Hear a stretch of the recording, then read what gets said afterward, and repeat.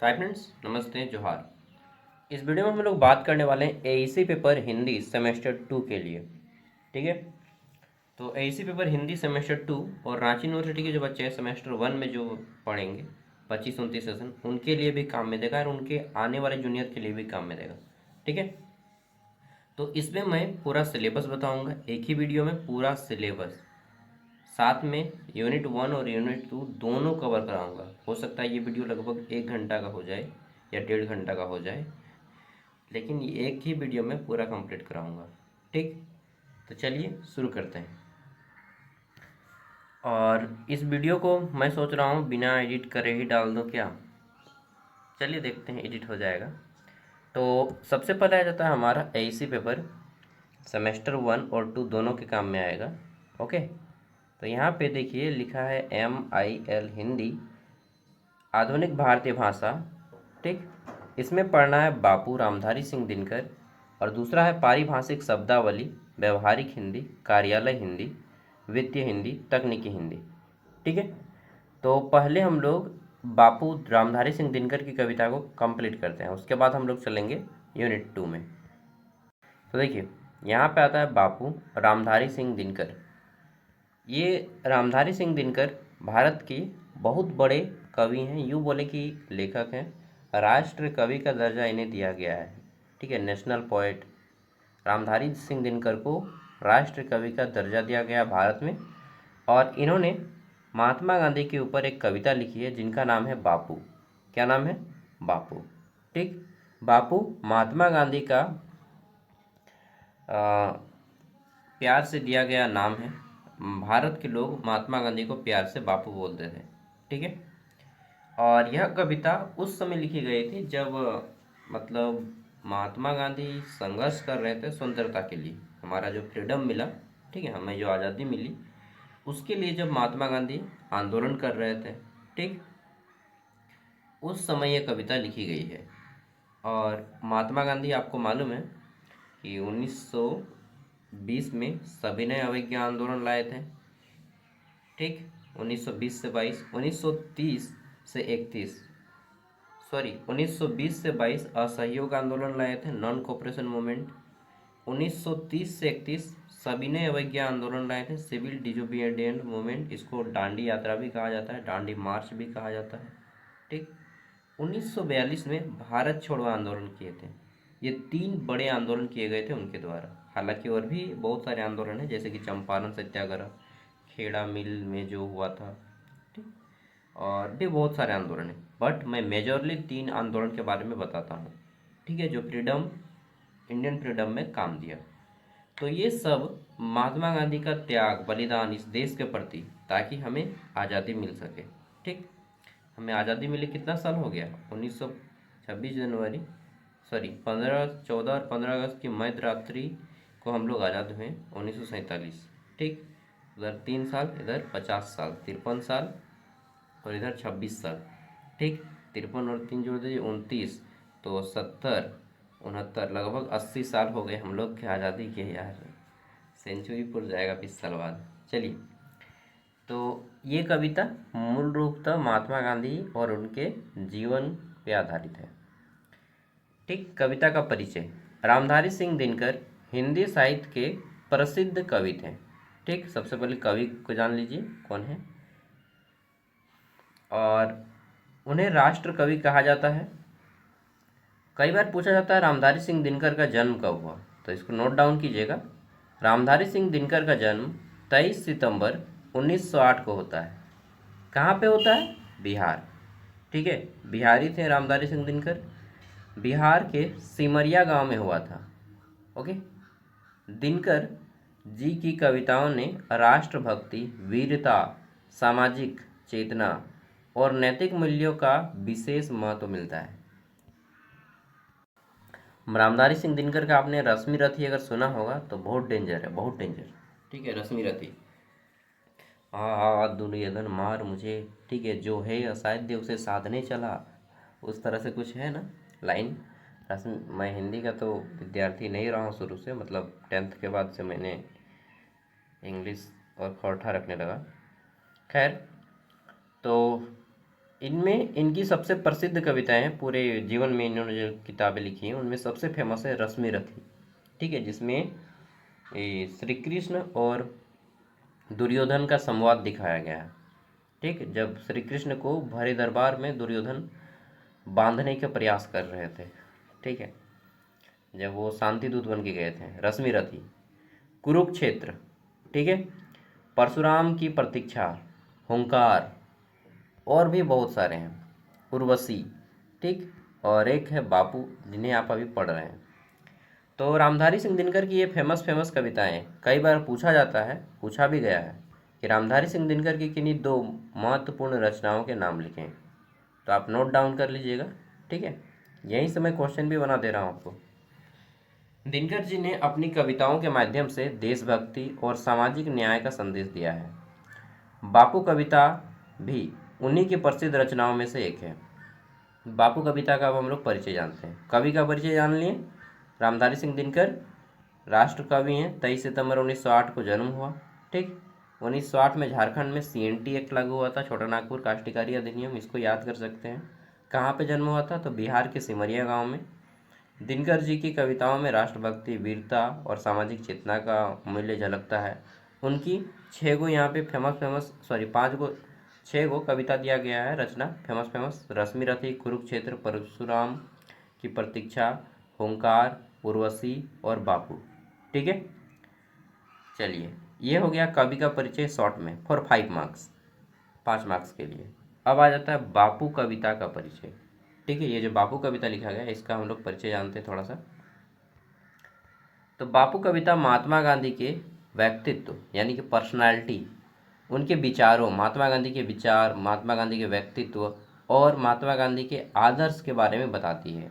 इस कविता में रामधारी सिंह दिनकर जी ने गांधी जी को सत्य, अहिंसा और मानवता का प्रतीक माना है। ठीक है, कवि बताते हैं कि गांधी जी ने भारत को स्वतंत्रता दिलाने के लिए अहिंसा, सत्याग्रह का मार्ग चुना, यानी कभी भी हिंसा का रूप नहीं धरा, कभी भी लड़ाई झगड़ा मारपीट पे उतारू नहीं हुए, वो हमेशा अहिंसा, ठीक है, और सत्य का मार्ग चुने हैं। ठीक, उन्होंने लोगों को सिखाया कि बिना हिंसा के भी अन्याय के खिलाफ लड़ा जा सकता है। ठीक है, हिंसा मतलब होता है मारपीट, लड़ाई झगड़ा। हिंसा मतलब क्या होता है? वायलेंस।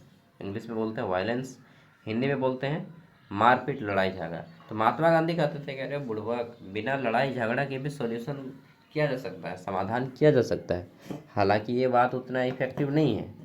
मैं कहता हूँ जहाँ जोड़ रहे हैं वहाँ पे आपको मारपीट भी करना होगा। ठीक है, समझ रहे हैं ना? नहीं तो क्या हो जाएगा? सत्यानाश। अब कोई व्यक्ति आ रहा है, ठीक है, आप पे अटैक करने, और आप क्या कीजिएगा कि नहीं नहीं भाई मार लो, महात्मा गांधी वाला बुद्धि, एक गाल पे मारेंगे तो दूसरा गाल मार देगा। तो आजकल आदमी गाल पे नहीं मारता है, सीने पे मारता है, 4 लोग गोली उतार देता है ना। तो फिर तो जीवन नहीं रहेगा, तो फिर क्या कीजिएगा? तो इसलिए ये बात वर्तमान समय में उतना इफ़ेक्टिव नहीं है। ठीक है, हाँ, प्रयास हमेशा करना चाहिए कि कम से कम ना, जब भी ज़रूरत हो बिना मतलब का किसी के साथ उलझे ना। ठीक है, वो अंतिम उपाय है, लड़ाई एकदम अंतिम। नेक्स्ट, कविता का भावार्थ क्या है? विस्तृत व्याख्या। ये जो कविता है बापू कविता, इसके भावों का अर्थ बताना है अब। ठीक है, तो देखिए मैं एक चीज़ बोल रहा हूँ, आप यहाँ पे जो मेरे साथ है ना, पढ़ने नहीं आए हैं, क्या करने हैं? बकैती। ठीक है, आप ये मत सोचिए कि यहाँ पे मैं पढ़ने आया, नहीं रे भाई। और मैं ये भी नहीं बोल रहा हूँ कि आपको कुछ याद करना है, बस लिखना है, नोट डाउन। याद हो नहीं हो उससे अभी आपको कोई मतलब नहीं, जितना भूल सकोगे भूल जाओ, एक भी चीज़ याद नहीं रखना है दिमाग में। ठीक है, जो ऑटोमेटिकली याद हो जाए ना उसको मान लीजिएगा एक्चुअल ज्ञान है। और बाद में जो हम लोग रट के याद करते हैं वो तो फिर याद हो ही जाता है, लेकिन वो एक्चुअल ज्ञान नहीं हुआ जो एक बार में याद हो जाए। और एक बार में आप कितना याद होगा?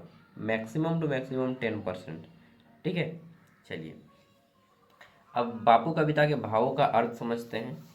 देखिए, गांधी जी का महान व्यक्तित्व, गांधी जी के बारे में सबको जानते हैं।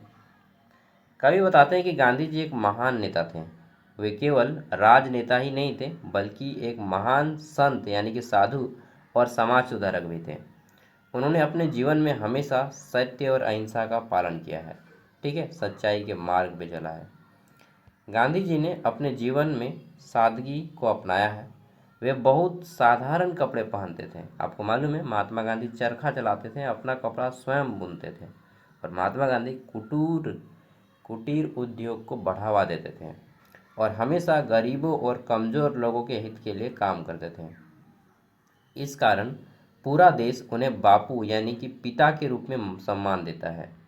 इवन आपको मालूम है जब नमक सत्याग्रह 1930 में नमक सत्याग्रह क्या हुआ कि नमक पे अंग्रेजों ने कानून टैक्स लगा दिया। ठीक है, नमक सत्याग्रह उसी को बोलते हैं सविनय अवज्ञा आंदोलन, कि नमक पे अंग्रेजों ने टैक्स लगा दिया। अब जब नमक पे टैक्स लगा दिए तो भाई महात्मा गांधी ठहरे संत आदमी कि भाई हम अंग्रेज का कोई भी सामान यूज नहीं करेंगे, भले वो नमक ही क्यों ना हो। तब उन्होंने नमक भी नहीं खाया था। ठीक है, वो आंदोलन किए और अहमदाबाद के साबरमती आश्रम से चलकर शायद 78 किलोमीटर दूर दांडी है गुजरात का समुद्र का किनारा, वहाँ पे गए उनके साथ। नहीं नहीं, 78 को उनके साथ व्यक्ति गए थे। कितना किलोमीटर डिस्टेंस है वो हमको नहीं मालूम है, ज़्यादा दिन लगा था, 16 दिन या 17 दिन लगा था। तो उतना दिन पैदल चल के गए और फिर जाके खुद अपने हाथों से नमक बनाया और नमक कानून को तोड़ा। ठीक है, तब तक महात्मा गांधी नमक नहीं खाए थे, बिना नमक के ही खाना खा रहे थे। तो बापू बनना आसान नहीं है, उनका त्याग रियलिटी में बहुत बहुत महान है। उनके बारे में पढ़िएगा ना तो ठीक है, अच्छा है। उनका एक चीज़ हमको बुरा लगा था, हालांकि सब व्यक्ति में बुरा कुछ ना कुछ होता है, मुझ में भी आप में है। वो क्या करते थे कि वो जो है ना जाति पाति पे विश्वास रखते थे। वो बोलते थे वर्ण व्यवस्था, ब्राह्मण शूद्र वैश्य शूद्र, इन सब में क्या बोल रहे थे कि वो अपना ही काम करे, अपना ही पेशा चुने, जो जिस जाति का है वो अपना ही जाति का काम चुने। हालांकि वो वर्तमान समय में कारगर नहीं है, इसलिए उनका ये बात नहीं मानना है आपको।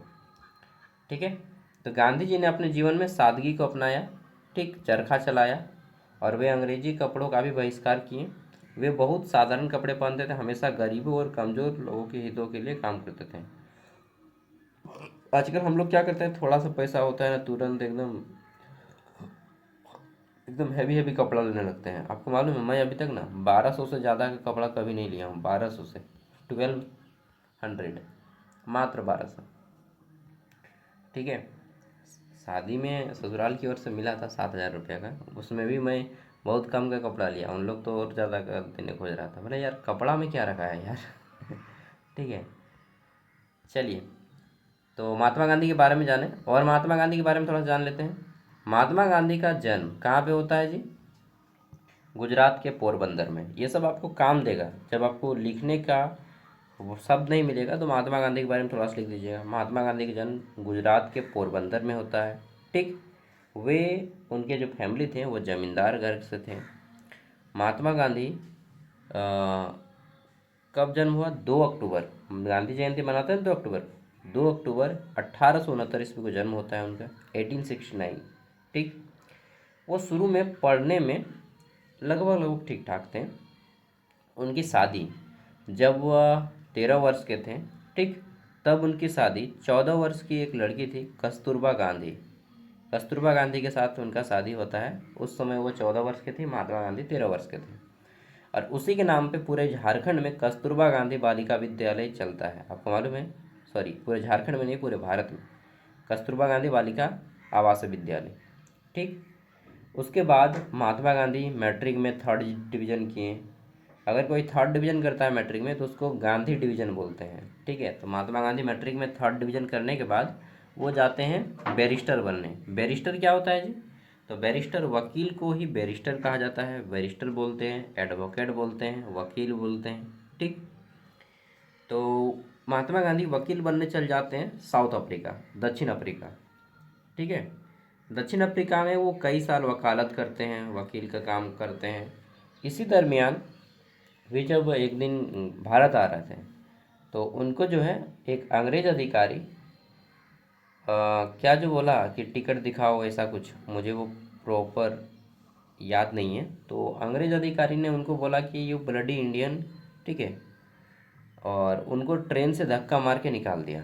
क्योंकि वो दक्षिण अफ्रीका में उस टाइम पे अंग्रेज भी वहाँ पे रहते थे, तो धक्का मार के निकाल दिया। तब वहीं से वो बोला है कि मैं तुमको अपने देश से धक्का मार के निकाल दूंगा।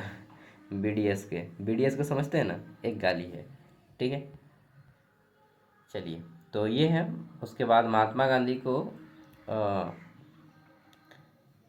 नाथूराम गोडसे आज़ादी के बाद 1948 में गोली मार देते हैं। ठीक, दिल्ली में दंगा में।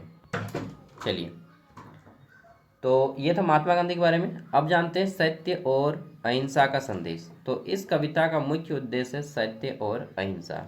ठीक है, गांधी जी का मानना था कि यदि कोई व्यक्ति सत्य और अहिंसा का पालन करता है तो वह किसी भी अन्याय के खिलाफ लड़ सकता है।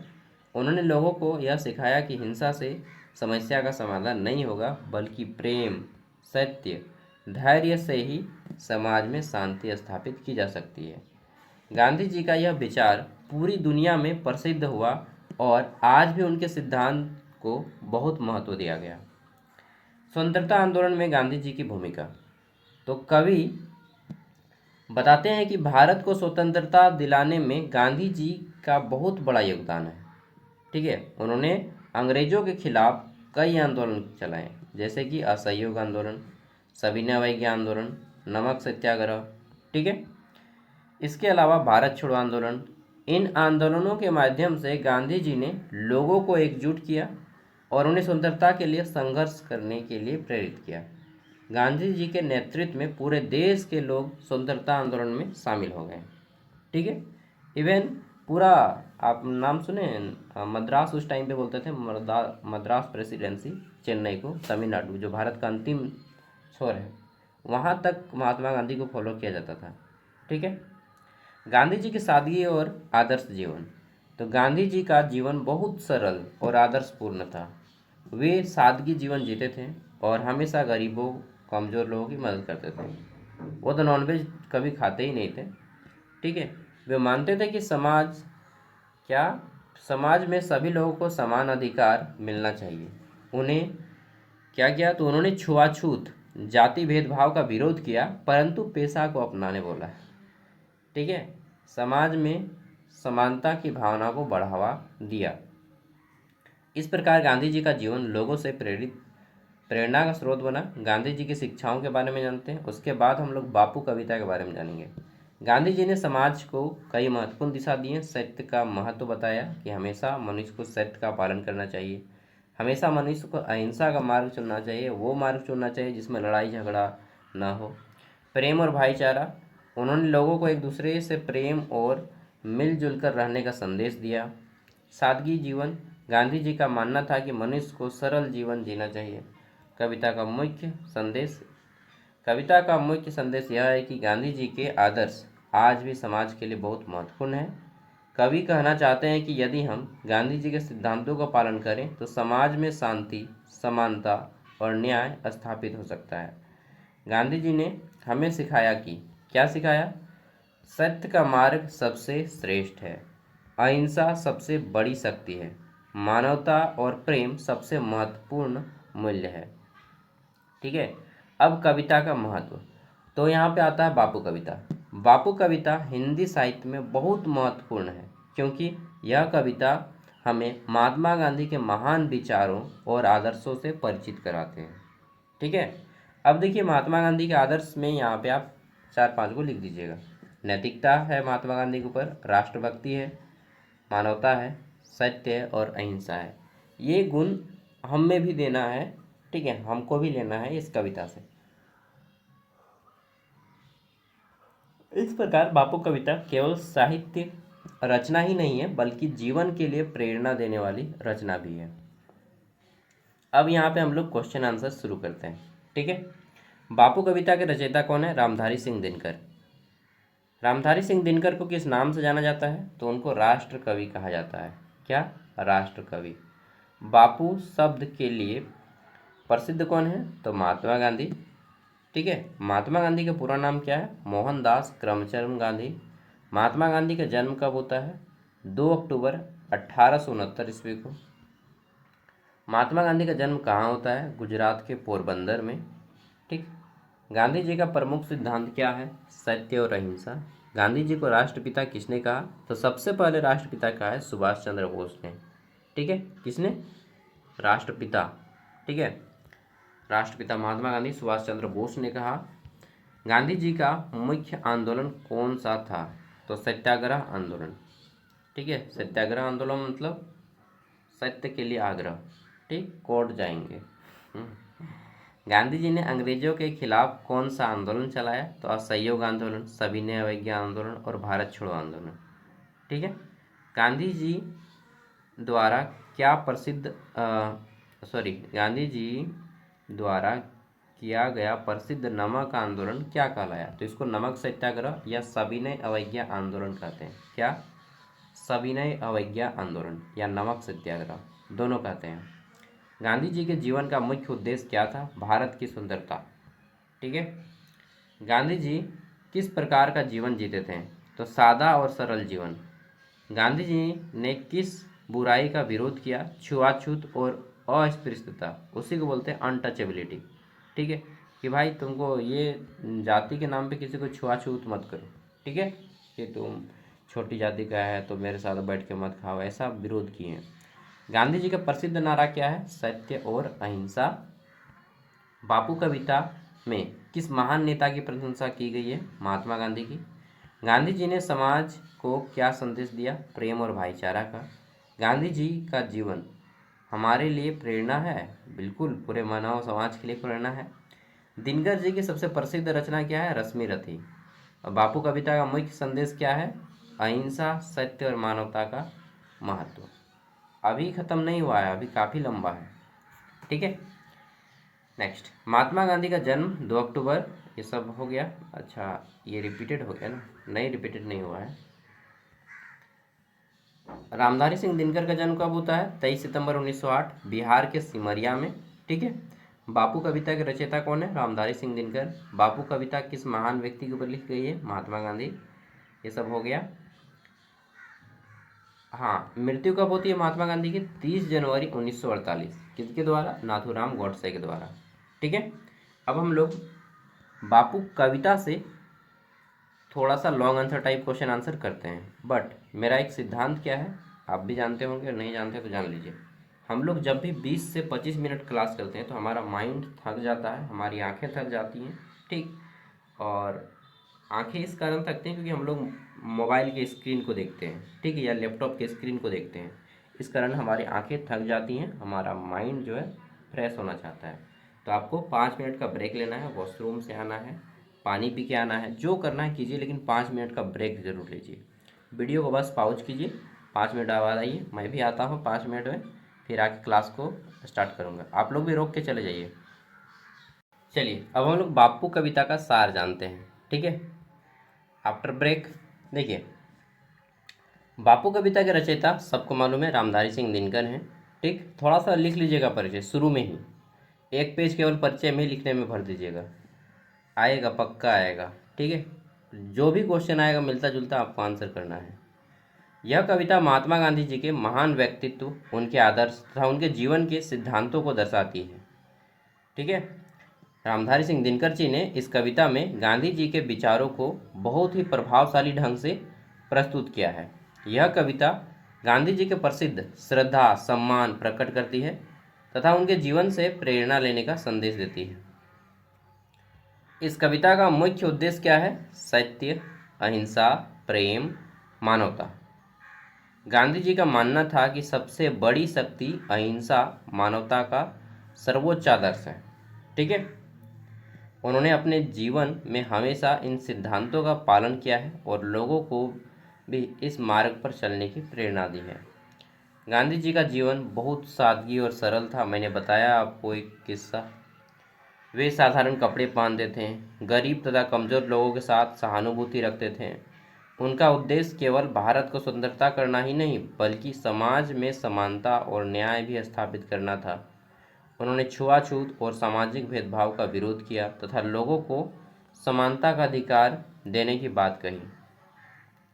कविता में कवि यह भी बताते हैं कि गांधी जी ने भारत की स्वतंत्रता के लिए अनेक आंदोलन चलाए। उन्होंने अंग्रेजों के विरुद्ध असहयोग आंदोलन, सविनय अवज्ञा आंदोलन, नमक सत्याग्रह इसको कहते हैं, भारत छोड़ो आंदोलन जैसे आंदोलन चलाए। इन आंदोलनों ने भारत के लोगों को क्या की, स्वतंत्रता के प्रति जागरूकता फैलाई, लोगों को एकजुट किया। और गांधी जी की सबसे बड़ी विशेषता यह है कि उन्होंने स्वतंत्रता के लिए संघर्ष में हिंसा का मार्ग नहीं चुना, ठीक है, नॉन वायलेंस चुना।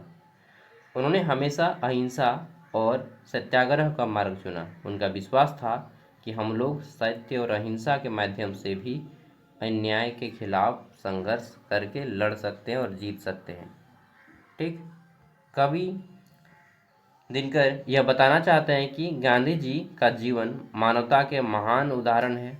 उन्होंने यह सिखाया कि मनुष्य हमेशा सत्य बोलना चाहिए, दूसरों के साथ प्रेम भाव करुणा के साथ रहना चाहिए तथा समाज में शांति और सद्भावना बनाए रखना चाहिए। ठीक है, इस प्रकार कविता का मुख्य संदेश यह है कि गांधी जी के गांधी जी के आदर्श आज भी पूरे समाज के लिए अत्यंत महत्वपूर्ण है। यदि हम सिद्धांतों का पालन करें तो समाज में शांति, समानता, न्याय स्थापित किया जा सकता है। ठीक, ये 10 नंबर का ही आएगा या 15 नंबर का आएगा। बापू कविता में महात्मा गांधी व्यक्तित्व और आदर्शों का वर्णन करें, सेम वही आंसर हो जाएगा। महात्मा गांधी का जीवन के बारे में बताया गया है इसमें, सत्य, अहिंसा, सादा जीवन, ठीक है, छुआछूत, जाति भेदभाव से कम कम कपड़े पहनना, ठीक, नमक का प्रयोग भी बंद कर दिए। चलिए, और कभी भी इन्होंने मांसाहार का प्रयोग नहीं किया। बापू कविता के माध्यम से कवि ने समाज को क्या संदेश दिया है, सेम आंसर, इसमें सब सेम ही आंसर होगा कि उन्होंने सत्य, अहिंसा, मानवता का संदेश दिया है, हिंसा न करने का संदेश दिया है। ठीक है, वही आंसर रहेगा, सबको मिलजुल के रहने का संदेश दिया है, अंग्रेजी सामानों का प्रयोग करने का संदेश नहीं, ठीक है, और कुटीर उद्योग को बढ़ावा देने का संदेश दिया है, जाति छुआछूत भेदभाव को कम करने का संदेश दिया है। रामधारी सिंह दिनकर जी का जीवन परिचय और साहित्यिक योगदान बताइए। हाँ, ये थोड़ा सा अलग है, इसको पढ़ना है, हालांकि इसको भी शुरू में बताए थे। रामधारी सिंह दिनकर प्रसिद्ध कवि, उन्होंने साहित्य में राष्ट्र कवि के नाम से जाना जाता है। उनका जन्म 23 सितंबर 1908 बिहार के सिमरिया गांव, जिला बेगूसराय में हुआ। उनके पिता का नाम रवि सिंह था, उनकी माता का नाम मनुरूप देवी, और बचपन में ही उनके पिता का देहांत हो गया, जिसके कारण उनका पालन पोषण कौन की, उनकी माता। ठीक है, ये तो याद रह जाएगा। नेक्स्ट, दिनकर जी बचपन से ही बहुत प्रतिभाशाली थे, प्रतिभाशाली, ठीक है, जीनियस। उन्होंने अपने प्रारंभिक शिक्षा गांव में ही प्राप्त की, सरकारी स्कूल में। आगे पढ़ाई उन्होंने पटना विश्वविद्यालय से किया, क्योंकि बिहार के थे ना, और उस समय पटना, झारखंड, बिहार दोनों एक ही था। अध्ययन के समय से ही उन्होंने साहित्य और इतिहास में रुचि थी। इसी रुचि के कारण उन्होंने कविता लिखना भी प्रारंभ कर दिया बचपन से, बचपन नहीं, युवावस्था से ही। ठीक, दिनकर जी का साहित्य जीवन बहुत समृद्ध और प्रभावशाली रहा। उनकी कविताओं में राष्ट्रभक्ति, वीरता, सामाजिक चेतना यानी कि लोगों को जागरूक करना, मानवता का प्रेम, ठीक है, ये सब झलकता था। ये भाव प्रमुख रूप से दिखाई देते थे उनकी कविताओं में। वे ऐसे समय में लिख रहे थे जब भारत स्वतंत्रता आंदोलन के दौर से गुजर रहा था, इसलिए उनकी रचनाओं में देशभक्ति और स्वतंत्रता की भावना स्पष्ट दिखाई देता है। दिनकर जी की कविताओं में ओज, उत्साह, प्रेरणा और अद्भुत समन्वय मिलता है इन सब का। उन्होंने अपनी रचनाओं के माध्यम से लोगों में देशभक्ति की भावना और राष्ट्र प्रेम की भावना जागृत की, इस कारण उन्हें राष्ट्र कवि का उपाधि दिया गया। इनकी प्रमुख रचनाएं कौन सी हैं, रश्मिरथी, कुरुक्षेत्र, हुंकार, उर्वशी, ठीक, परशुराम की प्रतीक्षा और बापू। इनके अतिरिक्त उन्होंने कई गद्य रचनाएं भी लिखी, जिनमें संस्कृत के 4 अध्याय, हाँ ये भी काफ़ी फेमस है, संस्कृत के 4 अध्याय विशेष रूप से प्रसिद्ध है। दिनकर जी को उनके साहित्य योगदान के लिए अनेक पुरस्कार मिले, जिसमें सबसे प्रमुख है भारतीय ज्ञानपीठ पुरस्कार। ठीक है, भारतीय ज्ञानपीठ पुरस्कार 1972 में इनको दिया गया, जो हिंदी साहित्य का सबसे बड़ा सम्मान माना जाता है। ये साहित्य का सबसे बड़ा सम्मान होता है ज्ञानपीठ पुरस्कार। जीके में आता है कि साहित्य का सबसे बड़ा सम्मान क्या है, ज्ञानपीठ पुरस्कार, जो सबसे पहले आशापूर्णा देवी को दिया गया था। ठीक है, ये रामधारी सिंह दिनकर को भी मिला है। दिनकर जी की कविताओं की भाषा बहुत सरल, प्रभावशाली और प्रेरणादायक थी। उनकी रचनाएं समाज में जागरूकता और राष्ट्र चेतना उत्पन्न करती हैं। बस इतना लिखना है, हो गया। ठीक है। गांधी जी के जीवन और स्वतंत्रता आंदोलन में उनका योगदान। तो गांधी जी के जीवन के बारे में अभी हम लोगों ने पढ़ लिया। ठीक। और उनके पिता का नाम करमचंद गांधी और माता का नाम पुतलीबाई था, ये सबको मालूम है। ठीक। गांधी जी प्रारंभिक शिक्षा प्राप्त की और बाद में वे कानून की पढ़ाई के लिए कहाँ गए? इंग्लैंड। और पूरी शिक्षा करने के बाद कुछ समय तक दक्षिण अफ्रीका भी गए और यहीं से उनको धक्का लगता है। वहाँ उन्होंने भारतीयों के साथ हो रहे भेदभाव और अन्याय के खिलाफ संघर्ष किया। यहीं से उनका जीवन सत्य और अहिंसा के सिद्धांतों का विकास हुआ। भारत लौटने के बाद गांधी जी क्या किए? तो स्वतंत्रता आंदोलन का नेतृत्व किए और उन्होंने अंग्रेजी शासन के खिलाफ कई महत्वपूर्ण आंदोलन चलाए। इनमें से प्रमुख क्या है? असहयोग आंदोलन 1920 से 22, सविनय आयोग आंदोलन 1930, नमक सत्याग्रह 1930, भारत छोड़ो आंदोलन 1942। ये फेमस है। ठीक है। और ये सभी बिना हिंसा के महात्मा गांधी ने लड़े हैं। ठीक है। ये सब के बारे में लिखिएगा तो पूरा 4-5 पेज भर जाएगा, उतना नहीं लिखना है आपको। बापू कविता में गांधी जी के सिद्धांतों का वर्णन किया गया है। ओके, आगे देख लेते हैं। कुछ चीज़ें छूटेंगी, मैं उसको कवर करूँगा इसी वीडियो में। बापू कविता का सामाजिक और राष्ट्रीय महत्व स्पष्ट करें कि समाज में और राष्ट्र में इन्होंने क्या संदेश दिया। तो देखिए, वही ये 5 को वर्ड याद कर लीजिए, इसी में आपको पूरा टॉपिक लिखना है। सत्य, अहिंसा, प्रेम, मानवता। ठीक है। भाईचारा और सामाजिक भेदभाव को कम करना, ये सब वर्ड को याद कर लीजिए। यही सब आपको वर्ड दिया जाएगा। छुआछूत, जातिगत भेदभाव, असमानता, कुटीर उद्योग को बढ़ावा देना, सादगीपूर्ण जीवन जीना, सादा जीवन उच्च विचार, यही है मानव जीवन का आधार। ये महात्मा गांधी फॉलो करते थे। ठीक है। बापू कविता के माध्यम से महात्मा गांधी के जीवन और आदर्शों की प्रासंगिकता पर प्रकाश डालें। तो इसी तरह से क्वेश्चन आएगा। कुल मिला के 2 ही क्वेश्चन है, एक बापू कविता के ऊपर, एक महात्मा गांधी के ऊपर, सॉरी 3 क्वेश्चन है, और एक रामधारी सिंह दिनकर के ऊपर। ये 3 ही क्वेश्चन आएंगे आपको इस टॉपिक से। ठीक है। भाषा शैली के ऊपर क्वेश्चन आ सकता है कि बहुत सरल भाषा है। ठीक।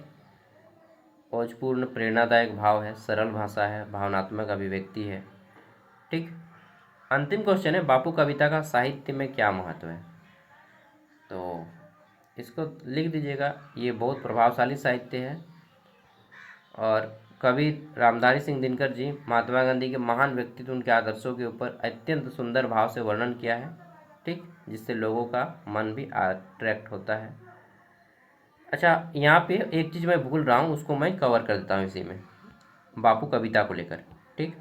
ये हैं रामधारी सिंह दिनकर। ठीक है, देख लीजिए फोटो, देखना है तो। रामधारी सिंह दिनकर 24 अप्रैल 1974 में इनका जो है निधन होता है। उपनाम दिनकर है। जन्म स्थान बेगूसराय जिला, सिमरिया ग्राम, बिहार राज्य। ठीक है। और प्रमुख कविताएं जान गए। बापू इनका लिखा हुआ है 1947 में। बापू का प्रकाशन माना जाता है कब? 1947, जब भारत आज़ाद हुआ उस समय। ठीक है, 1947 में। और जीवन परिचय तो हम लोगों ने जान लिया। अब हम लोग बापू कविता के अंतर्गत कुछ कविताएं आती हैं, उनके बारे में जानते हैं। अब मैं आपको एक क्वेश्चन पेपर दिखाता हूँ। ठीक है, 23-27 सेशन का। तो यहाँ पे देखिए, ये रांची यूनिवर्सिटी का पूछा हुआ पेपर है। इसमें क्या है कि बापू कविता के रचयिता कौन है? सबको मालूम है कौन है? रामधारी सिंह दिनकर। बापू किसे कहा गया? महात्मा गांधी को। बापू का प्रकाशन वर्ष कब है? तो देखिए, बापू कविता को 1947 में छापा गया, सॉरी लिखा गया। 1949 में प्रथम प्रकाशन हुआ, इस बात को समझिएगा। प्रकाशन बाद में होता है 2 साल बाद, 1949। ठीक है। तो प्रकाशन वर्ष लिखा कब गया? 1947 में। प्रकाशन कब हुआ? 1949 में। भारत के संविधान में किस भाषा को राजभाषा का स्थान दिया गया है? तो भारत में किसी भी भाषा को भारत की राष्ट्रभाषा कुछ भी नहीं है, लेकिन राजभाषा हिंदी है। राजभाषा और राष्ट्रभाषा में क्या अंतर है भैया? तो भारत की कोई भी नेशनल लैंग्वेज नहीं है, राष्ट्रभाषा नहीं है। राष्ट्रभाषा का कहने का अर्थ है कि वही भाषा पूरे भारत में लागू होगा और दूसरा और कोई भाषा उसमें लागू नहीं होगा। लेकिन भारत में बहुत सारी भाषाएं हैं, इसलिए भारत में राष्ट्रभाषा का दर्जा नेशनल लैंग्वेज किसी को नहीं रखा गया है। हिंदी हमारी राजभाषा है। राजभाषा मतलब ऑफिशियल लैंग्वेज, मतलब इसका प्रयोग कामकाज में किया जाएगा। ठीक है, तो भारत की कोई भी राष्ट्रीय भाषा नहीं है। अगला क्वेश्चन क्या है हमारा, अच्छा, हिंदी भाषा दिवस 14 सितंबर को मनाते हैं, इसको भी याद कर लीजिएगा। 14 सितंबर को हम लोग हिंदी भाषा दिवस मनाते हैं। अब हम लोग पार्ट 2 की ओर शुरुआत करेंगे। थोड़ा सा बचा है बापू कविता। कंप्यूटर को हिंदी में क्या कहते हैं? कंप्यूटर को हिंदी में क्या कहते हैं? संगणक कहते हैं। संगणक, संगणक। ठीक, चलिए अब देखिए 15 मार्क्स का क्वेश्चन आया था, बापू कविता का सारांश लिखिए। तो पहले बापू कविता में रामधारी सिंह दिनकर के बारे में लिखना है, फिर बापू के बारे में, फिर बापू कविता के बारे में कि मानवता, प्रेम, इस सब के बारे में बढ़ावा दिया गया, अहिंसा।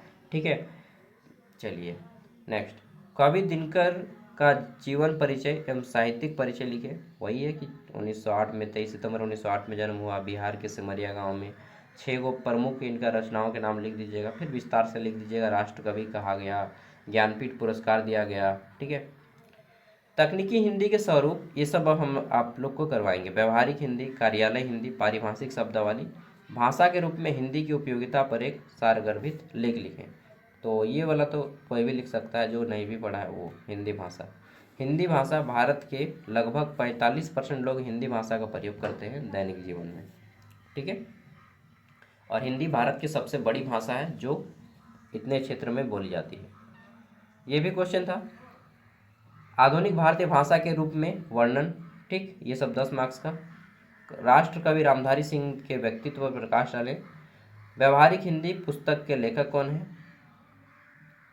ये 2 मार्क्स का क्वेश्चन। ठीक, बापू किस कवि की रचना है? तो रामधारी सिंह दिनकर। कार्यालय हिंदी का दूसरा नाम क्या है? कार्यालय हिंदी का दूसरा नाम क्या है? इसको लिख दीजिएगा कामकाजी हिंदी। क्या लिखिएगा? कामकाजी हिंदी। ठीक, दिनकर जी की कविता का मूल भाव क्या है? तो राष्ट्र प्रेम, देशभक्ति की भावना, ठीक, मानवता का संदेश और अहिंसा का प्रतीक। आधुनिक भारतीय भाषा के रूप विकास क्रम को लिखना है। तो आधुनिक भारतीय भाषा का विकास क्रम लिखिएगा है। सबसे पहले संस्कृत, संस्कृत अभी मैं इसको कराऊंगा, संस्कृत, फिर बाद में क्या हुआ? अपभ्रंश, अपभ्रंश लिख लीजिए, नोट कर लीजिएगा। फिर बाद में आता है प्राकृत। क्या आता है? प्राकृत। ये सब भाषा है। फिर बाद में हिंदी। ओके, चलिए ये 4 गो स्टेप्स। नेक्स्ट, अब आगे क्वेश्चन आया था, ये क्वेश्चन सब दिखा दे रहा हूँ ताकि आपको अननोन ना लगे एग्जाम में। सिग्नेचर का हिंदी क्या होता है? अंग्रेजी शब्द है, इसका हिंदी करना है। सिग्नेचर को हिंदी में क्या बोलते हैं? हस्ताक्षर। सेमेस्टर को हिंदी में क्या बोलते हैं? समसत्र। एग्रीमेंट को हिंदी में क्या बोलते हैं? समझौता। वेरीफाई को हिंदी में क्या बोलते हैं? सत्यापित। डिपार्टमेंट को हिंदी में क्या बोलते हैं? विभाग। देखिए एक प्रश्न का उत्तर मुझे भी नहीं आया यहाँ पे, कार्यालय हिंदी ये वाला। व्यवहारिक हिंदी पुस्तक के लेखक कौन है? नोट डाउन कर लीजिएगा, इसका आंसर मुझे नहीं मालूम है। नेक्स्ट, व्यवहारिक हिंदी का हमारे जीवन में क्या महत्व है? कार्यालय हिंदी का कार्यालय हिंदी का आशय स्पष्ट करें। पानी की समस्या है तो जल विभाग के अधिकारी को पत्र लिखें। इसके बाद देखिए ये जो है सेमेस्टर 1 में भी सिलेबस वही है। बार बार मैं दिखा दे रहा हूँ कि सेमेस्टर 1 का भी सिलेबस वही है, बापू कविता और पारिभाषिक शब्दावली, और सेमेस्टर 2 का भी सिलेबस वही है। ठीक है, ये सेमेस्टर 2 है। उस दिन भी दिखाया था, अभी भी दिखा दे रहा हूँ। एईसी कोर्स सेमेस्टर 2, यहाँ पे देखिए लिखा है ना, सेम 2, उसका भी सिलेबस वही है। दोनों का सिलेबस वही है, रांची यूनिवर्सिटी और नीलांबर पीताम्बर यूनिवर्सिटी। ठीक है, देख लिए ना, सिलेबस सेम है। हाँ, अब चलिए हम लोग आगे बढ़ते हैं। कुछ एक्स्ट्रा चीज़ें बता दे रहा हूँ जो मेरे माइंड में था और मैंने नोट डाउन नहीं किया था। ये जो है रामधारी सिंह दिनकर द्वारा रचित बापू कविता, इसको 5 भागों में बांटा गया है। कितने भाग? 5 भाग। ठीक, 5 खंडों में बांटा गया है। इस कविता में गांधी जी के विराट व्यक्तित्व, सादगी, अहिंसा, ये सब मानवता को दर्शाया गया, ये जानते। इसमें 5 भाग कौन कौन से हैं? तो इसका पहला भाग है बापू। यह खंड महात्मा गांधी के जीवन काल, उनके गौरव का चित्रण किया गया है। इसमें कवि बापू की सादगी, सत्य, उनके द्वारा मानवता को दी गई सीख का वर्णन करते हैं। गांधी जी के अहिंसात्मक विचार और उनके प्रेरणादायक स्रोतों के बारे में बताते हैं। दूसरा भाग क्या है? वज्रपात। ठीक है, वज्रपात को हिंदी में हम लोग थंडरिंग कहते हैं, सॉरी इंग्लिश में थंडरिंग कहते हैं, हिंदी में बोलते हैं कि तड़ित गिरना, ठीक है, ठहर गिरना, ये सब बोला जाता है। तो वज्रपात वो बिजली जो कड़कती है ना, बिजली, वही वाला वज्रपात। तो भाग टू है वज्रपात, जिसे 31 जनवरी 1948 को गांधी जी की दुख हत्या के बाद लिखा गया। यह एक अत्यंत भावुक और शोकपूर्ण खंड था, जिसमें कवि हृदय देश के पिता, ठीक है, कवि का हृदय देश के पिता यानी कि महात्मा गांधी के अचानक से निधन हो जाते, आकस्मिक निधन होने से व्यथित होकर रो पड़ता है। साथ ही इसमें गांधी के आदर्श को याद करते हुए श्रद्धांजलि अर्पित की गई। तीसरा भाग है अघटन घटना का क्या समाधान। तीसरा भाग क्या है? अघटन घटना का क्या समाधान, जो घटना अचानक हो जाती है उसका क्या समाधान है, इसका मतलब है। इस भाग में राष्ट्रपिता की मृत्यु के बाद उपजे शून्य और शोक का उल्लेख, इसमें कवि की करुणामय आत्मा, ठीक है, स्वीकृतियाँ व्यक्त की गई हैं, और जहाँ गांधी जी के क्या किया गया है, एक मिनट यहाँ से है ना, गांधी जी के विचारों और स्मृतियों का आलोक में देश के भविष्य और समस्याओं का समाधान ढूंढने का प्रयास किया है। चौथा भाग है बापू, धूप और धुआं के संकेतक, ठीक है, धूप और धुआं के संकलित, सॉरी। इस भाग में दिनकर जी बापू के अमर संदेशों और उनके द्वारा भारत को दिलाई गई स्वतंत्रता के संघर्ष का पुनर्स्मरण करते हैं। यह खंड धूप और धुआं 1949 नामक रचनाओं से लिया गया है और इस काव्य का पूर्णता प्रदान करता है बापू कविता को। ठीक, पांचवा भाग है भारत का आगमन। ठीक, यह अंतिम खंड है। दिनकर जी की अन्य रचना धूप और धुआं से लिया गया है। इसमें बापू के जीवन दर्शन और स्वतंत्रता आंदोलन में उनका योगदान प्रस्तुत किया गया है। तो अगर बापू कविता का बोले प्रकाशन वर्ष तो 1949 लिखिएगा। ठीक है, देखिए 42 मिनट हो चुका है। अब हम चलते हैं यूनिट 2 की ओर। ये वीडियो मैंने बताया था कि 1.5 घंटा के आसपास होगा, ठीक है, क्योंकि देखिए अलग अलग वीडियो बनाऊंगा, इससे अच्छा है कि एक ही वीडियो बना देता हूँ। अगर कोई दोस्त हो तो उन तक इस वीडियो को शेयर कर दीजिएगा, ठीक है। अब मैं आपको ले जा रहा हूँ यूनिट 2 की ओर। तो चलिए बढ़ते हैं यूनिट 2 की ओर। ये बापू कविता यहाँ पे ख़त्म होता है हम लोग का, ठीक है। यही चीज़ अगर आपको कॉलेज में पढ़ाया जाता तो उन लोग इतना एफर्ट डाल के नहीं पढ़ाता है, ठीक है, मालूम नहीं क्यों नहीं यार, लेकिन एक साथ अगर अच्छा से उन लोग पढ़ा देता एक बार, फिर नोट डाउन क्वेश्चन आंसर करवा देता, ठीक, तो कितना अच्छा होता। खैर आगे बढ़ते हैं। अब यूनिट 2 देखिए, ठीक है, इसमें हमारा क्या क्या है। तो अब हम यूनिट 2 व्यवहारिक हिंदी, फंक्शनल हिंदी, ठीक है। फंक्शनल मतलब होता है, फंक्शन मतलब होता है काम करना, फंक्शनल का भी होता है कामकाजी हिंदी, ठीक है। व्यवहारिक मतलब जो दैनिक जीवन में प्रयोग होता है उसको व्यवहारिक बोलते हैं, यानी कि दैनिक जीवन में प्रयोग होने वाला हिंदी। तो चलिए सबसे पहले यहाँ पे आता है पारिभाषिक शब्दावली, फिर आता है व्यवहारिक हिंदी, फिर आता है कार्यालय हिंदी, फिर आता है वित्तीय हिंदी, और 5वें नंबर पे आता है तकनीकी हिंदी, ठीक है। चलिए सबको सरल तरीके से समझाऊंगा, समझ में आ जाएगा क्वेश्चन आंसर के फॉर्म में। पारिभाषिक शब्दावली क्या है, इसके महत्व और विशेषताओं को बिंदुवार विस्तार से समझाइए, ठीक है। अगर आपने मेरा पीवाईक्यू का सेक्शन देखा होगा तो आपको मालूम हुआ होगा, ठीक है। पारिभाषिक शब्दावली भाषा का एक महत्वपूर्ण भाग है। जब भाषा का प्रयोग किसी विशेष ज्ञान क्षेत्र जैसे कि विज्ञान, तकनीकी, प्रशासन, अर्थशास्त्र, चिकित्सा या शिक्षा में किया जाता है, तब वहाँ सामान्य शब्दों के स्थान पर विशेष शब्दों का प्रयोग किया जाता है। इन विशेष अर्थ वाले शब्दों को पारिभाषिक शब्द कहा जाता है और ऐसे शब्दों का समूह पारिभाषिक शब्दावली कहलाता है। आप बोलिएगा भैया कुछ समझ में नहीं आया, क्या क्या बोले। समझ में इसलिए नहीं आ रहा है क्योंकि आपको चाहिए एक ब्रेक और मुझे भी चाहिए एक ब्रेक। तो चलिए आते हैं एक ब्रेक के बाद, ठीक है। मैं सुबह से उठ के ही बस यही सब काम में लगा हूँ, ब्रश भी लेके आओ। तो आता हूँ ब्रश करके, उसके बाद आप लोग का फिर क्लास यूनिट 2 का कंप्लीट करूँगा, समझाऊँगा पारिभाषिक शब्दावली क्या होता है। तब तक से आप लोग भी सोचिए कि क्या होता है, ठीक। अरे यार मैं तब से बोले जा रहा हूँ और यहाँ पे वीडियो ऑन ही नहीं किया है। दोबारा मेहनत करना होगा हमको। मालूम नहीं अब कहाँ पे वीडियो को रोका था। चलिए, तो देखिए पारिभाषिक शब्दावली क्या है ये जान लीजिए। पारिभाषिक शब्दावली ऐसे शब्द होते हैं, हम लोग कहाँ पे थे, यहाँ पे। अब मालूम नहीं मैंने कहाँ तक बोला और नहीं बोला। पारिभाषिक शब्दावली को एक शब्द में बोलिएगा, विशेष अर्थ देने वाले शब्दों को पारिभाषिक शब्दावली कहते हैं। क्या?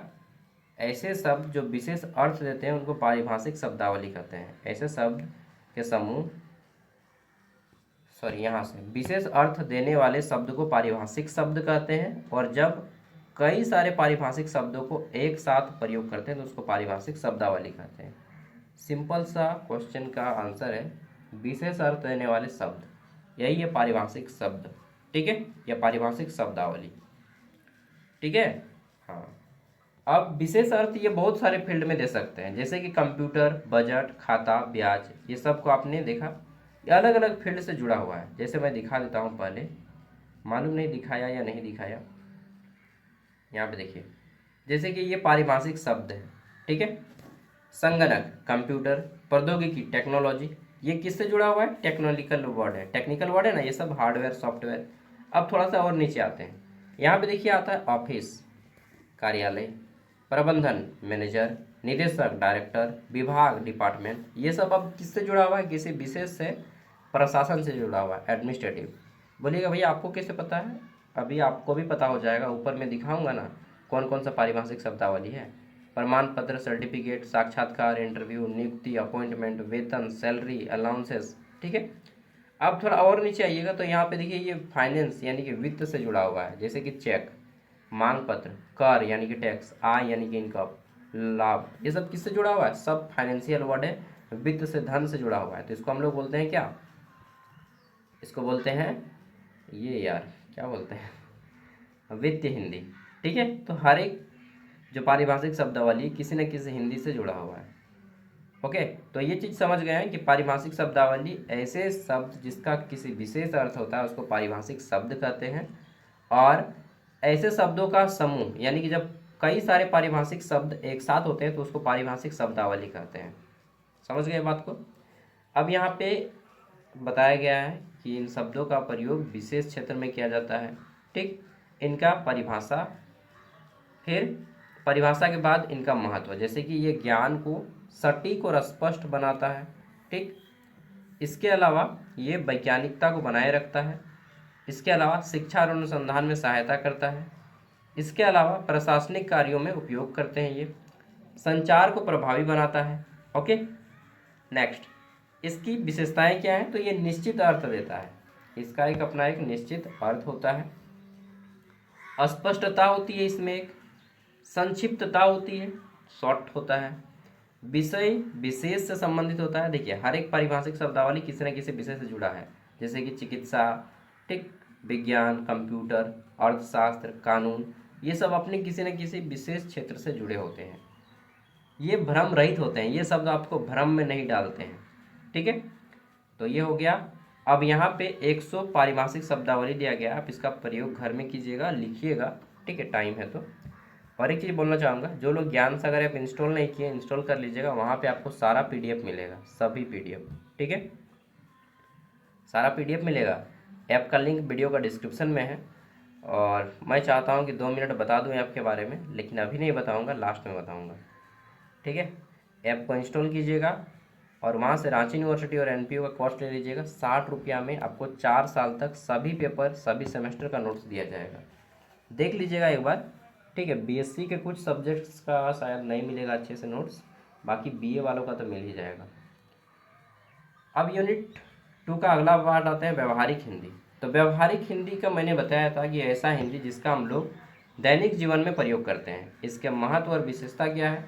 तो जिस हिंदी का प्रयोग हम लोग दैनिक जीवन में करते हैं उसको व्यवहारिक हिंदी कहते हैं। व्यवहारिक हिंदी का अर्थ, व्यवहारिक हिंदी से आशय उस हिंदी से है जिसका प्रयोग दैनिक जीवन, सामाजिक कार्य, ठीक है, दैनिक जीवन में करते हैं, समाज के कामों में करते हैं, ऑफिस में करते हैं, एजुकेशन में करते हैं, प्रशासन में करते हैं।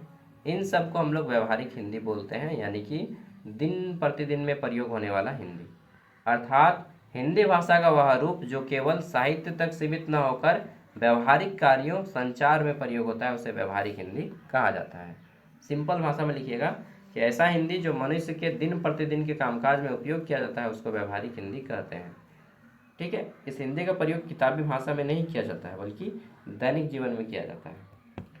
जब हम आवेदन पत्र लिखते हैं तो हम लोग व्यवहारिक हिंदी का प्रयोग करते हैं। सूचना देते हैं, रिपोर्ट कर तैयार करते हैं, ऑफिस में पत्राचार करते हैं या किसी से औपचारिक संवाद करते हैं, तब जो हिंदी का प्रयोग में आती है वही व्यवहारिक हिंदी होती है। यह भाषा सरल और स्पष्ट उद्देश्यपूर्ण होती है। ओके, व्यवहारिक हिंदी का महत्व, दैनिक जीवन में उपयोगिता। व्यवहारिक हिंदी का सबसे बड़ा महत्व यह है कि यह दैनिक जीवन में संचार को आसान बनाती है। ओके, दूसरा उपयोग यह है कि ये प्रशासनिक कार्यों में सहायता करती है जी। ठीक, जितने भी सरकारी कामकाज हैं उसमें ये हेल्प करता है। शिक्षा के क्षेत्र में व्यवहारिक हिंदी यूनिवर्सिटी, कॉलेज, स्कूल्स, इन सब में पढ़ाई का साधन है। ठीक है, जो टीचर समझाते हैं, अभी जो मैं आपको समझा रहा हूँ वो व्यवहारिक हिंदी है, दैनिक जीवन में प्रयोग होने वाला हिंदी है। ठीक है, संचार को प्रभावी बनाता है। व्यवहारिक हिंदी संचार को आसान बनाती है, बातचीत करने के तरीका को सरल बनाती है। ओके, राष्ट्रीय एकता में योगदान, तो भारत जैसे बहुसाली देश में व्यवहारिक हिंदी राष्ट्रीय एकता को मजबूत करने में महत्वपूर्ण भूमिका निभाती है। व्यवहारिक हिंदी की विशेषताएं क्या क्या हैं? तो व्यवहारिक हिंदी की भाषा सरल और सहज होती है, स्पष्टता आती है इसमें। ठीक, उद्देश्य पूर्णता होती है इसमें, औपचारिकता होती है इसमें, संक्षिप्तता होती है इसमें। ठीक, व्यवहारिक हिंदी भाषा आवश्यक शब्दों का प्रयोग नहीं किया जाता है, अनावश्यक शब्द का प्रयोग इसमें नहीं किया जाता है। ठीक है, तीसरा क्वेश्चन है कार्यालय हिंदी क्या है? कार्यालय मतलब ऑफिस, ऑफिस में प्रयोग होने वाला हिंदी। ऑफिस में प्रयोग होने वाले हिंदी का महत्व बताना है, इसका उद्देश्य बताना है और इसकी विशेषताएं बतानी है। ठीक है, तो कार्यालय हिंदी का अर्थ, दूसरा है यहाँ पे कार्यालय हिंदी का महत्व, तीसरा है क्या तो स्पष्ट बताना। यार देखिए, मैं एक एक करके बताऊंगा तो वीडियो 3 घंटा का हो जाएगा, समझ रहे हैं ना बात को। 54 पेज का PDF है। यूनिट 1 को बहुत अच्छे से समझाया हूँ, यूनिट 2 आपको थोड़ा सा मेहनत करना है। ठीक है, फिर कार्यालय में कार्यों में औपचारिकता बनाए रखना, कार्यों का अस्थायी रिकॉर्ड रखने में सहायता करता है। कार्यालय हिंदी का उद्देश्य, ये प्रशासनिक कार्यों को सुचारू रूप से चलाता है, स्पष्ट और औपचारिक संवाद करता है, राजभाषा हिंदी को बढ़ावा देता है। ठीक, कार्यालय हिंदी की विशेषताएं, ये सरल होता है, स्पष्ट होता है। ठीक, संक्षिप्तता होती है इसमें। इसके अलावा क्या होता है तो औपचारिक शैली में लिखा जाता है, उद्देश्यपूर्ण होता है और फिर निष्कर्ष। वित्तीय हिंदी आता है, वित्तीय हिंदी। वित्तीय हिंदी, इसका महत्व, उद्देश्य और विशेषताओं के बारे में लिखें। तो वित्तीय हिंदी का सबसे पहले अर्थ बताइएगा। ठीक है, कि क्या होता है वित्तीय हिंदी? तो वित्तीय हिंदी उस हिंदी को कहते हैं जिसका प्रयोग वित्त के लेन देन, वित्त मतलब होता है पैसा, धन के लेन देन, व्यापार, बैंकिंग, अर्थशास्त्र और वित्त से जुड़ा होता है। ठीक है, जिस हिंदी का प्रयोग हम लोग धन से जुड़े कामकाज में करते हैं उसको वित्तीय हिंदी कहते हैं, सबसे आसान परिभाषा। ठीक है, धन से जुड़े कामकाज में करते हैं उसको वित्तीय हिंदी कहते हैं, जिसमें बैंकिंग क्षेत्र, व्यापार, अर्थशास्त्र, वित्तीय, ये सब आता है। ठीक है, बीमा, और इसमें इंग्लिश वर्ड जितने भी हैं वित्तीय हिंदी के, इसको भी ध्यान में रख लीजिएगा। ये जो एग्जाम्पल दिए गए हैं यही सबसे आपको 1 मार्क्स वाले क्वेश्चन भी आते हैं या 5 मार्क्स वाले। वित्तीय हिंदी का महत्व, कार्यों को समझने में सहायता होता है, आर्थिक गतिविधियों को स्पष्ट करता है, व्यापार और उद्योग में उपयोग किया जाता है, आर्थिक शिक्षा में महत्व होता है। ठीक, वित्तीय हिंदी की विशेषताएं, फिर निश्चित अर्थ होता है इसका एक, औपचारिकता होती है इसमें एक, संक्षिप्तता होती है इसमें एक। ओके, फिर आ जाता है हमारा तकनीकी हिंदी क्या है, इसका महत्व और विशेषताओं का विस्तार से वर्णन कीजिए। तकनीकी हिंदी क्या है, इसका महत्व और विशेषताओं का विस्तार से वर्णन कीजिए। तकनीकी हिंदी, ओके, देखिए, जिसका प्रयोग हम लोग तकनीकी के क्षेत्र में करते हैं, जिस हिंदी का प्रयोग तकनीकी के क्षेत्र में करते हैं उसको तकनीकी हिंदी कहते हैं। इसी तरह से आप कह सकते हैं सभी का प्रयोग, जिसको जिस क्षेत्र में, जिस हिंदी का जिस क्षेत्र में प्रयोग करते हैं उसको वो हिंदी कहते हैं। अगर किसी हिंदी का प्रयोग विज्ञान के क्षेत्र में करते हैं तो उसको वैज्ञानिक हिंदी कहते हैं। ठीक है, समझ रहे हैं ना? हाँ, चिकित्सा हिंदी, जिस हिंदी का प्रयोग हम लोग चिकित्सा के क्षेत्र में करते हैं उसको चिकित्सा हिंदी कहते हैं। कार्यालय हिंदी, जिस हिंदी का प्रयोग हम लोग कार्यालय में करते हैं उसको कार्यालय हिंदी कहते हैं। एक शब्द में इसका आंसर यही है। तकनीकी हिंदी वह हिंदी है जिसका प्रयोग विज्ञान, तकनीकी और आधुनिक प्रौद्योगिकी से संबंधित विषय के लिए किया जाता है। ओके, इसमें संगणक, प्रौद्योगिकी, सॉफ्टवेयर, इस सबको याद रखिएगा। तकनीकी हिंदी का महत्व क्या है? तो ये विज्ञान और तकनीकी का प्रसार करती है। ओके, शिक्षा के क्षेत्र में उपयोग किया जाता है इसका। नेक्स्ट क्या है इसका? तो अनुसंधान में सहायता करती है, आधुनिक विकास में योगदान देती है। तकनीकी हिंदी की विशेषताएं, जिसमें वैज्ञानिकता होती है, स्पष्टता होती है, निश्चित शब्दावली होती है, इसमें विषय विशेष से संबंधित होता है ये। Okay, next. अब यहाँ पे 100 फिर से इम्पोर्टेंट, अच्छा वही सब डेटा, वही सब वर्ड है क्या जी? सॉरी दोस्तों, मैक्सिमम वर्ड आपको वहीं से मिलेंगे क्योंकि 100 इम्पोर्टेंट वर्ड ही है और वही उसी को मैंने दे दिया है। ठीक है, अब मैं थोड़ा सा ऐप के बारे में बता दूंगा। यहाँ से हमारा पूरा कंप्लीट हो जाता है एईसी हिंदी सेमेस्टर 1 और 2 का सिलेबस, दोनों का सेम है। चलिए अब मैं थोड़ा सा ज्ञान सागर ऐप के बारे में बता ही देता हूँ। ठीक है, तो ये है ज्ञान सागर ऐप। इसका लिंक आपको वीडियो का डिस्क्रिप्शन बॉक्स में मिल जाएगा और प्ले स्टोर में भी अगर आप सर्च करेंगे ज्ञान सागर तो आपको मिल जाएगा। ये चैनल जो है हमारा यूट्यूब चैनल इसी के नाम पे रखा गया है। ठीक, ये 2019 से जब मैं ग्रेजुएशन कर रहा था उस टाइम से पढ़ा रहे हैं और पढ़ रहे हैं, तो अभी भी मैं पढ़ा रहा हूँ और पढ़ रहा हूँ। ठीक है, एक शिक्षक को हमेशा अपने ज्ञान को अपडेटेड करते रहना चाहिए। प्ले स्टोर में जिस तरह से ऐप में अपडेट आता है ना, उसी तरह से एक टीचर को हमेशा अपडेट होना चाहिए। तो जोहार झारखंडी भाषा में हम लोग बोलते हैं नमस्कार। पढ़ो और अपने हक के लिए लड़ो। बिरसा मुंडा का फोटो आएगा और ऐप इंस्टॉल होने के बाद ऑटोमेटिकली यहाँ आके रुक जाएगा।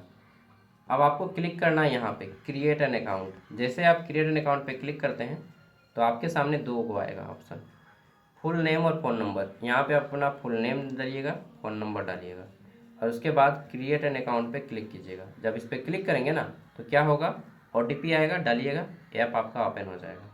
यहाँ पे आएंगे ऑल कोर्स में, कहाँ पे आएंगे, ऑल कोर्स में आएंगे। तो ऑल कोर्स में आने के बाद क्या होगा, सभी यूनिवर्सिटी का कोर्स ओपन हो जाएगा। अब यहाँ से आपको रांची यूनिवर्सिटी का कोर्स लेना है। किसका लीजिएगा, रांची यूनिवर्सिटी का। ठीक है, ये वाला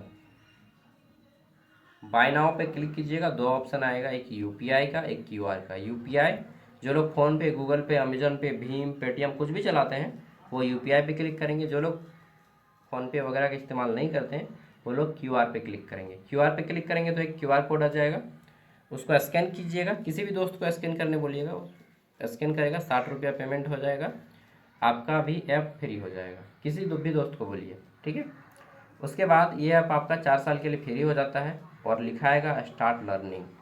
स्टार्ट लर्निंग पे क्लिक कीजिएगा यहाँ पे, तो अब आपका सभी सेमेस्टर का नोट्स खुल जाएगा। अब आपको जो भी सेमेस्टर का नोट्स देखना है, सेमेस्टर 1 देखना है, 2 देखना है। ठीक है, अब मान लीजिए आप सेमेस्टर 2 देखते हैं, ठीक, मान के चलता हूँ, या सेमेस्टर 1 का ही देखते हैं। किसी भी पेपर को ऑन कीजिएगा तो यहाँ पे इस तरह से आएगा ये व्यू। ठीक है, व्यू पे क्लिक करेंगे तो आपका PDF जो है ओपन हो जाएगा। अगर PDF ओपन होने में ज़्यादा टाइम लग रहा है या फिर PDF ओपन होकर तुरंत हट जा रहा है तो आप इस तीर के निशान पे क्लिक कर दीजिए, थोड़ा सा बस। जैसे ही दिखता है तीर का निशान दिखेगा आपको, ये तीर के निशान पे क्लिक करेंगे, आपका PDF आपके फ़ोन पे डाउनलोड हो जाएगा, इंस्टॉल हो जाएगा। ठीक है, यहाँ पे आपको क्या मिलेगा, तो देखिए जो आपका ऑनर्स पेपर है उसका नोट्स मिलेगा, और जो कॉमन पेपर है, कॉमन पेपर होता है ना, जैसे कि ये कॉमन पेपर है इसी हिंदी, कॉमन मतलब जो सभी का है, जो सभी बच्चों का जो 1-2 सब्जेक्ट होता है जो सब बच्चों को रखना होता है, उसका आपको previous year question paper with answer के साथ मिलेगा। और केवल एक सेमेस्टर का नहीं, एक सेमेस्टर का नहीं बल्कि सभी सेमेस्टर के सभी पेपर का नोट्स मिलेगा, और जो कॉमन पेपर है उसका PYQ भी मिलेगा। ठीक है, तो इतना सब कुछ दे रहा हूँ आपको सिर्फ 60 रुपया में। देखिए मैं 60 रुपया इसलिए रखा हूँ ताकि कोई बच्चा ये ना कह सके कि इतना महंगा कोर्स है कि नहीं खरीदता मैं। ठीक है, तो 60 रुपया में 4 साल का ट्यूशन फीस ले रहा हूँ। फिर भी अगर आपको लगता है कि महंगा है तो फिर नमस्ते जोहार, तब फिर केवल वीडियो देख के काम चलाइए, क्योंकि हर चीज़ तो देखिए सब कुछ दे दूंगा फ्री में तो फिर आजीविका के लिए भी तो कुछ रखना चाहिए ना, तो वो चीज़ है। बाकी आपकी मर्ज़ी। ऑल द बेस्ट, अच्छे से एग्ज़ाम दीजिए। ठीक, और एक भी क्वेश्चन एग्ज़ाम में मत छोड़िएगा दोस्त। ओके, बाय, जोहार, मिलते हैं अगली वीडियो में। ऑल द बेस्ट है आप सभी को, अच्छे से एग्जाम दीजिए। और अगर आपका कोई दोस्त हो तो कॉन्टेस्ट भी इस वीडियो को शेयर कीजिएगा, ऐप के बारे में बताइएगा। ऐप अच्छा लगे तो 5 स्टार रेटिंग दे दीजिएगा। और कोई भी प्रॉब्लम हो तो वहाँ पे आपको व्हाट्सएप नंबर मिलेगा, उस व्हाट्सएप नंबर पे व्हाट्सएप कीजिएगा तो आपका प्रॉब्लम का सॉल्यूशन किया जाएगा। ओके, अब